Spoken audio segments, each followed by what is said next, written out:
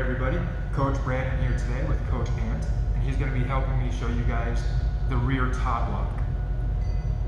So far, we've been looking at a number of attacks from back control that have been chokes. We've looked at the basic rear naked choke. We looked at straight jacket grip fighting to help us trap their defensive arms so we can go into the choke. And then we saw that if the arms aren't strong enough to get the choke, we can bring in the power of the legs to get the choke. However, there starts to become a problem with this series of attacks, and that all of our attacks so far have been on our opponent's neck. Our opponent only has to think about defending this small little space in order to not get submitted. Now, we did see that in the rear triangle we started to attack arms as well, and that gets us into this concept of attacking from back control, of distributing attacks around the body. From back control, if we just hammer away at the neck, and that's all we're going for, our opponent only needs to defend one thing, a very small target. They focus their entire defensive efforts on that really small target, and it becomes very difficult to get the breakthrough on that target. So when we have opponents who are very, very good at defending the neck, we want to start distributing our attacks around the body to divide their attention, and then we can start getting the breakthrough on even tough resisting opponents when they need to start worrying about the rest of their body as well. We're going to look at, the first way we're going to look at doing this is to, foregoing the neck, is to go into a Kimura grip and looking to go into a rear top lock. Now, before we get into a rear top lock, what's a top lock? What's a regular top lock? Well, let's refresh our memories from close guard.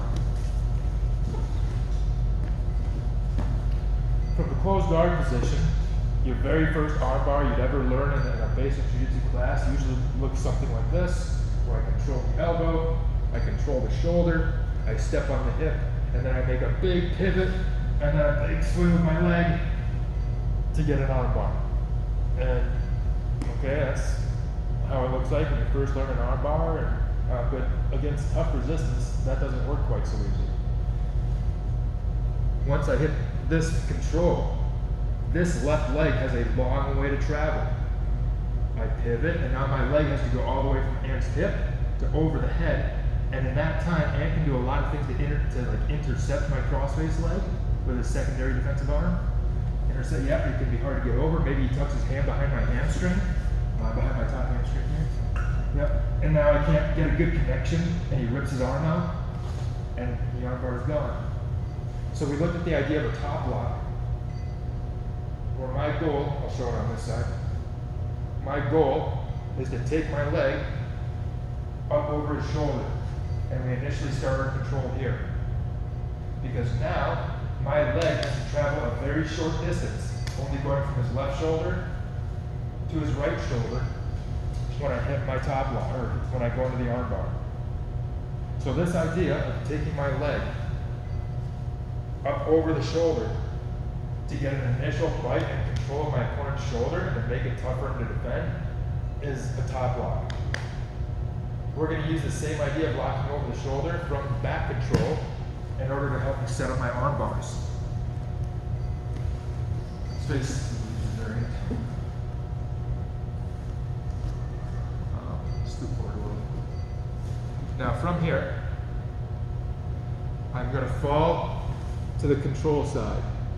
Now once again, the first way you've ever learned an arm bar from back control, if you go on YouTube and you look up any number of options, you'll see something that generally looks like this, where I start passing my leg across my opponent's body.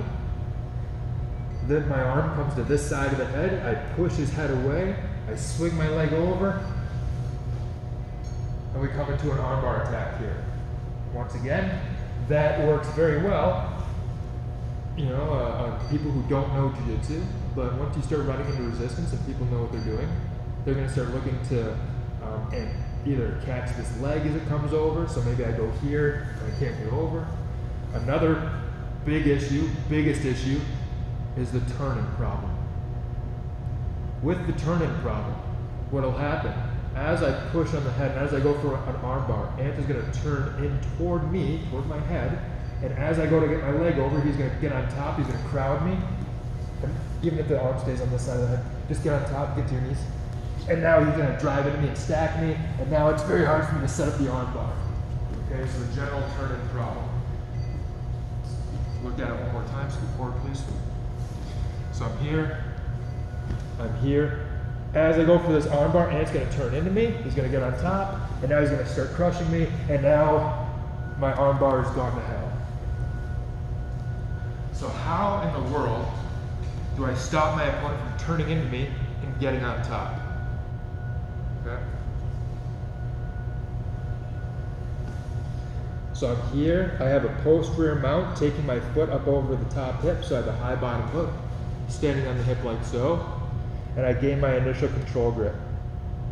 Now typically from this position, I like to go into grip fighting, and I like to start trapping my opponent's arms. But sometimes I have opponents who are really good at avoiding getting the arms trapped. Okay? Maybe I try to come in and he's really good at peel, maybe he either strips the grip or gets the hand free, or maybe he's a big strong dude, and I'm having trouble pushing this hand down below the line of the chest. Maybe I go to make my pass off, but as I go to make the pass off, he strips and frees his hand, and I'm really having trouble locking his hands down. So what I'll do in situations like this is I have an option to go into a rear top lock, and I can start distributing attacks around the body by looking for the arm bar.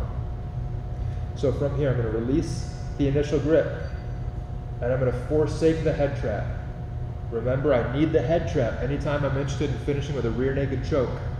I need his head trapped in between my choking arm and my own head, the head trap. But since I'm not interested in a rear naked choke at this time, it is okay for me to forsake the head trap, and I'm going to come to this side of the body with my arm. My arm comes over the head or around the head. I grab his wrist, and then I release the knuckle line, and I grab my own wrist for a Kimura grip. Now, even with the Kimura grip, Ant can still turn into me. He can still get on top. So go back.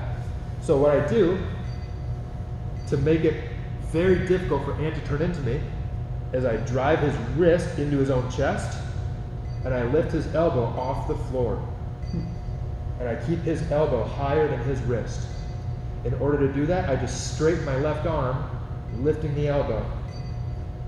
Now, I'm going to ask Ant to turn into me. In order to get on top, Ant needs to get his elbow to the floor. He's got to base his elbow to the floor. Once his elbow's on the floor, turn into me. He can get on top. Come back. Now, if I take his elbow, lifting it off the floor as I drive his wrist to his own chest, and Ant, fight to get on top. Scissor your legs. Go. Yes. Fight, get on top. Yeah. It is very difficult for Ant to get on top if I don't let this elbow get to the floor. So that's the first way we stop the initial turn-in problem, is by simply lifting this elbow off the mat, keeping it higher than his wrist. I'm going to scoot a little bit. I don't want to get out of frame, get close. So once I'm here, I forsake the head trap, I take my Kimura grip, and then with the Kimura grip, I immediately lift his elbow off the floor. That's the first thing. This is similar to a T-Kimura. In a T-Kimura, this is the position we're going to look at in the future. One of the problems from this position is Ant can turn into me and get on top. Once again, if I keep Ant's wrist into his chest, and I keep Ant's elbow up off the floor, and he turns into me, fight up. It can be very difficult for Ant to get to the top position. So we're going to see that again when we get to the T-Kimura. But for now, we're keeping it with the rear top lock. So I get my Kimura, I lift that elbow. We already saw that keeping his elbow high off the floor stops the initial turn-in problem. Another thing that will really help is by taking my leg here over his top shoulder. And then I like to cross my ankles. Now, it does not matter if I go between his two arms like so. And can you lift up your right arm?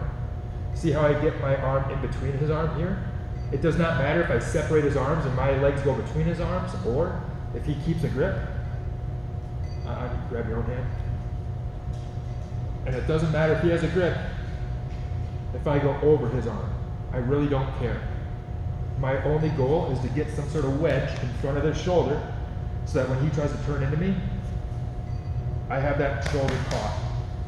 So between me lifting his elbow off the mat and then me controlling the top shoulder and then reinforcing it with closed wedges, now when Ant tries to fight his way into me and get on top, it's very, very difficult. Okay? So this is our rear top lock. Now, when I'm here, I take my initial grip, I come here. What everybody does at this point, it's no secret I'm going for an arm bar. I know it. He knows it. Anybody who's watching this situation knows it. I'm going for this arm. So what is Ant going to do? He's going to grab his hands. So that when I try to attack and isolate the arm, I can't. Okay? So oftentimes what's going to happen as a result of that is this leg will lab over that far arm. That's not a problem. I don't care for that. Okay? Don't worry. Just get your ankles crossed over the shoulder. So I'm here, I lift the elbow, I come over the shoulder with my legs, this rear top lock, and I make sure his shoulder doesn't beat my top leg. Now when Ant goes to turn into me, very difficult. Now to further make it more difficult, I'm going to take my right knee, and I'm going to flare my right knee open, and I'm going to use my right knee to push Ant's shoulder down to the floor. So again, I flare my right knee open, putting weight on that far shoulder, and then I use my Kimura grip to pull myself up.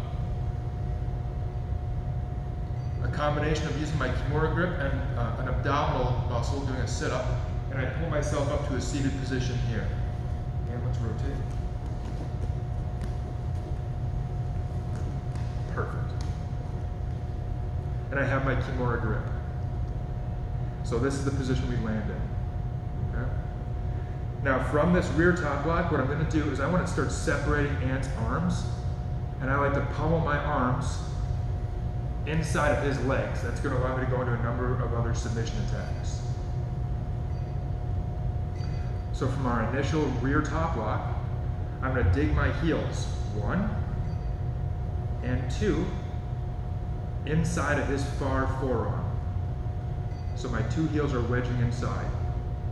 Now I pull on the near arm with my Kimura grip, and my 2 legs with the heels wedged inside the forearm press and extend, and it's very hard for him to keep his grip. Now I have a number of great submission opportunities I can go into.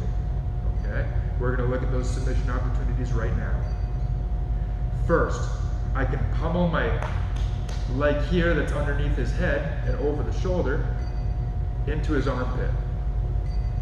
Look at how my left foot keeps the inside position on his wrist, which allows me to pummel my right foot inside and put my foot right here in the armpit. If Ant tries to turn up into me, I'm back heeling with my right leg to control his bottom shoulder. Now from right here, we can easily go into a rear triangle like we looked at last week. I bring my arms through. He's probably going to reconnect his hands at this point, but that's fine. I bring my arm through going wrist to wrist, and I go wrist to elbow. I fall to my right side as I take Ant's hand up and over his head, falling to my right elbow, as I kink my legs to one side, like so. Now from here, I can lock my initial figure 4, perform a hand assist, and squeeze for our rear triangle choke. Now we saw a number of options last week as well. If he pulls the arm down to defend the rear triangle, remember we have the trapped arm method of bringing the arm back overhead. And we also have the free arm method of bringing his trapped arm over his head to once again re-expose the neck. If for whatever reason the choke isn't working, anytime you have a triangle choke and the choke isn't there, you can attack the arm. We saw a number of good ways to attack the arm from the rear triangle. We saw I could come in, separating the hands, And now I have an arm bar here. I can come through for an overwrap arm bar here.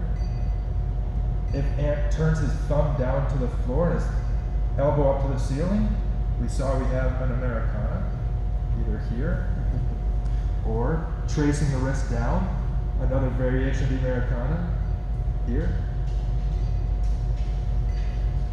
If Ant is able to keep his hands connected in front of his chest, and I can't extend the arm overhead, we can go back to that same Kimura grip we had earlier that we used to set this position up with the rear top lock. And I can use this Kimura grip to bring Ant's hand over and outside my knee, and now pushing down on the wrist and lifting up on the elbow gives me a good Kimura finish.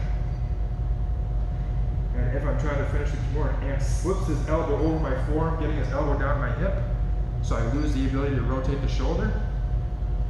We saw I can take my Kimura grip up here, get a fold on the wrist, and now I take his knuckles in toward his own elbow for a wrist lock. So a lot of great attacking opportunities out of the rear triangle. The rear triangle isn't the only thing. Let's get back into the rear top lock.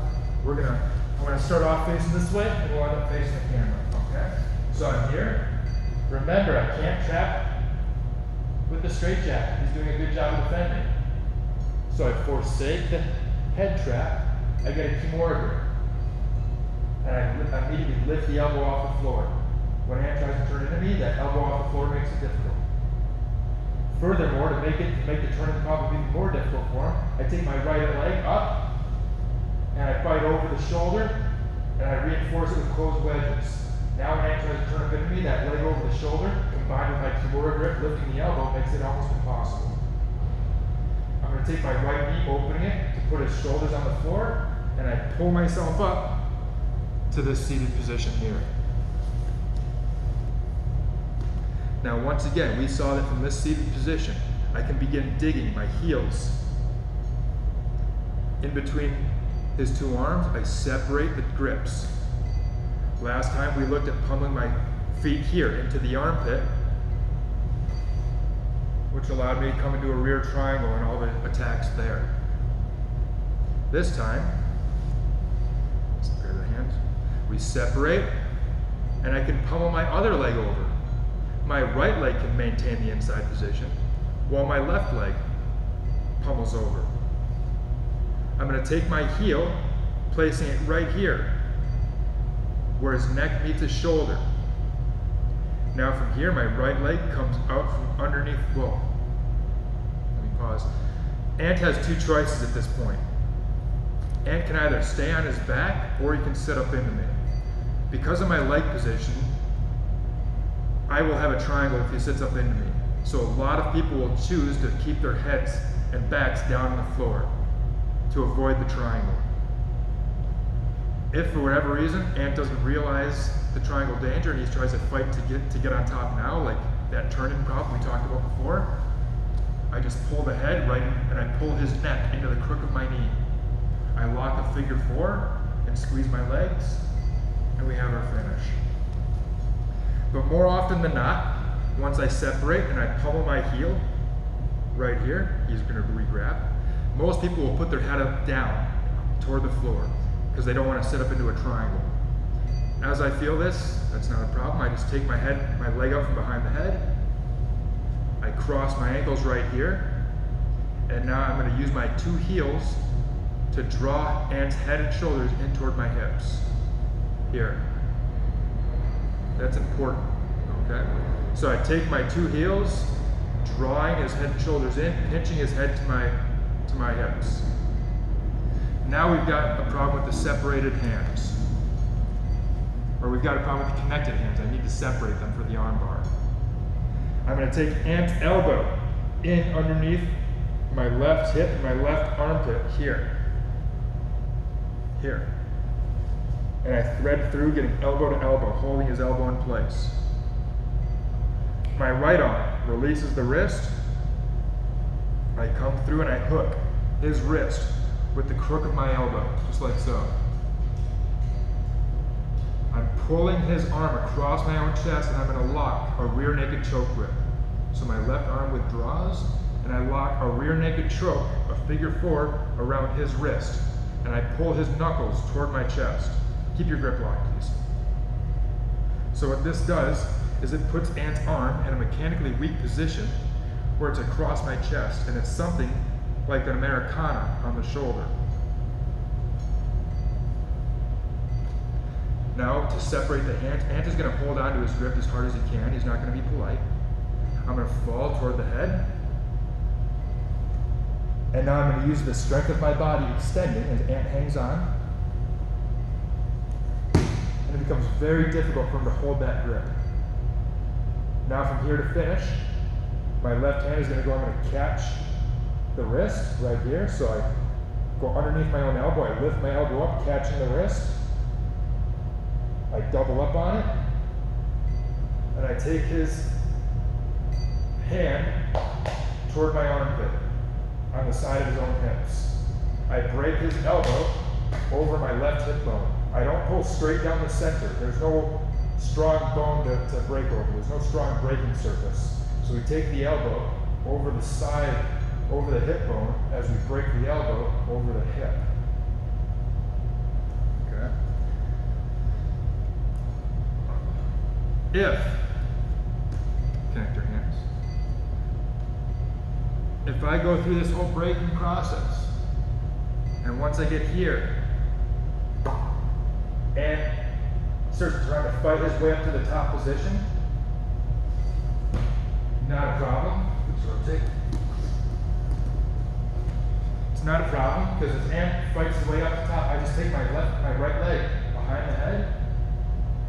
Once again, I'm going to grab Ant's head and I'm going to pull his neck into the pocket of my knee. I lock my figure 4, I squeeze my legs, pulling on the head, and it's done.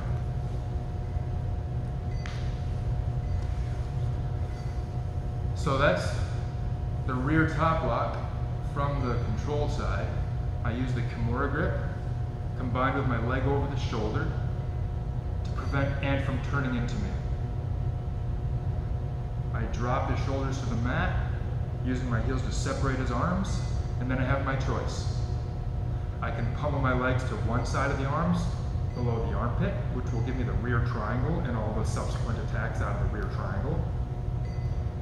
Or I can pummel both my feet over the shoulder, which will give me what we just saw as the 3/4 armbar and the front triangle attacks. If Ant keeps his head down on the floor, we separate the hands and we go into what's called a 3/4 armbar. If at any point Ant sits up to try to come up on top, I pull his head into a triangle and I finish the triangle choke. And if for whatever reason out of the triangle choke, he sits up. If for whatever reason out of the triangle choke, I can't get the finish on the triangle choke,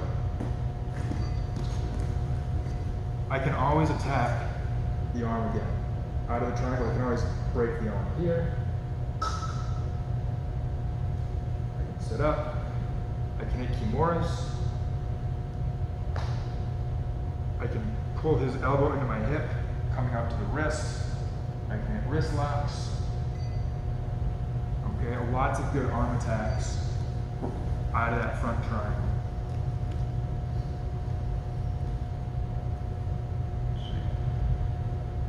I think that pretty much does it for the control side. Now, let's look at the same idea of distributing attacks around the body from the choking side.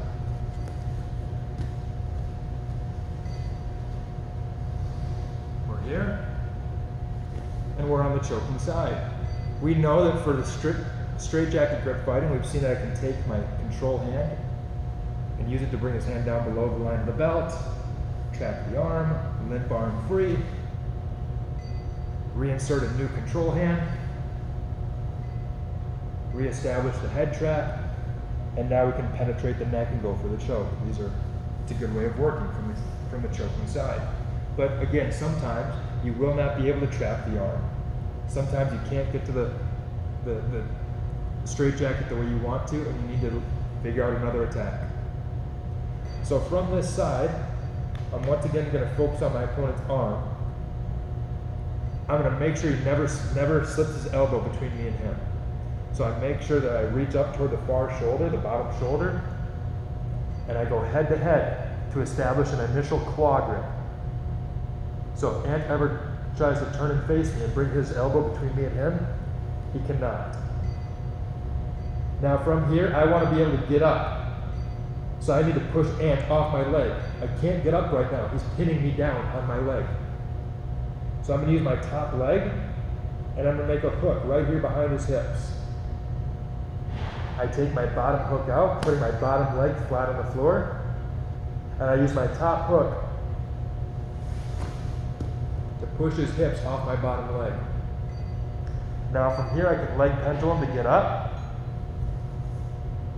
keeping head to head, and I can go and I can find either a Kimura seatbelt grip, or if he frees the head, we can work with a Kimura grip. Either one's fine. I'm going to stay with Kimura seatbelt for now. Now from the Kimura seatbelt, I keep pressure behind the elbow. If Ant tries to turn and face me, he can't. If he tries to slip the elbow between me and him, I don't allow it. From here, I put all my weight onto my right elbow and my right knee, so I can take my left foot off the floor, and I can step over the body. Now I'm in a technical mount. Now we could take the back from here with a simple chair sit. We've been looking at that a lot lately. But we're looking at the rear top lock, not the back takes. So I'm going to stay up on my knee, and I'm going to let go of the head. So I can either loop the head out by bringing my elbow out, or if Ant is looking up and he won't let me take my arm out, I'll make a pass off. I'll take a one-handed Kimura grip, withdraw my arm, and I'll reestablish my Kimura grip on this side like so. Now for the rear top lock, I can either pummel my foot first and then sit,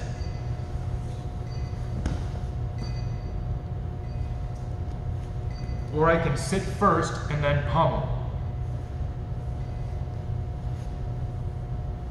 Here, connect your hands. He's probably connecting his hands, right? Because he doesn't want to get submitted, so he's connecting his hands. So let's look at that again. Connect your hands. Once again, I can lean all my weight to my left, taking my foot up, and I can pummel first as I sit to my rear top lock. Or, if I don't have the mobility, the flexibility for that, I can choose to sit to my butt first, and then extend my leg second, getting my leg underneath of his head, and then we come up and over the arm. And we once again have our rear top lock. You guys know what to do from here. I'm going to dig my heels inside the arm. I press, separate the grips, and now you have your choice. I can take my feet into the armpit, which gives me my rear triangle and all of the follow-up rear triangle attacks. Or, connect your hands. I can separate and then bring my feet over the shoulder, which will bring me into a 3/4 arm bar if he keeps his head down, or if he fights his way to top position. I can go into a front triangle attack. And then out of the front triangle attack, if for whatever reason the choke is still not there, I can always come back to the arm bar.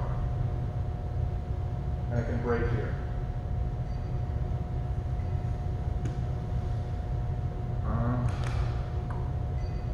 A quick caveat. We call this a 3/4 arm bar, and I'm going to show you guys why.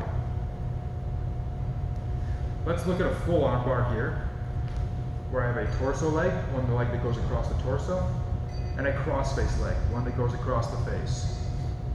This is what we would call a full arm bar. We can do this with open feet, open wedges, or closed wedges. I prefer closed wedges, but it's okay to do with open. But the idea is that this is a full arm bar. One clearly demarked torso leg, one clearly demarked cross-face leg. There are other ways to hit arm bars. A 3/4 arm bar is where I take my torso leg and I bring it over the top shoulder. Okay, I often favor 3/4 arm bars, which are 3/4 of the way to a full arm bar. I generally prefer the 3/4 to a full because it gives me the dual threat of both the arm bar and the triangle. When I'm in a full arm bar, I do not have the luxury of a triangle, I'm only on the arm bar. So just something to think about there, okay?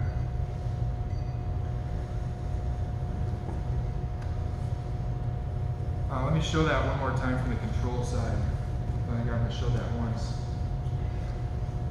And so once again, a quick recap. If I fall to the control side,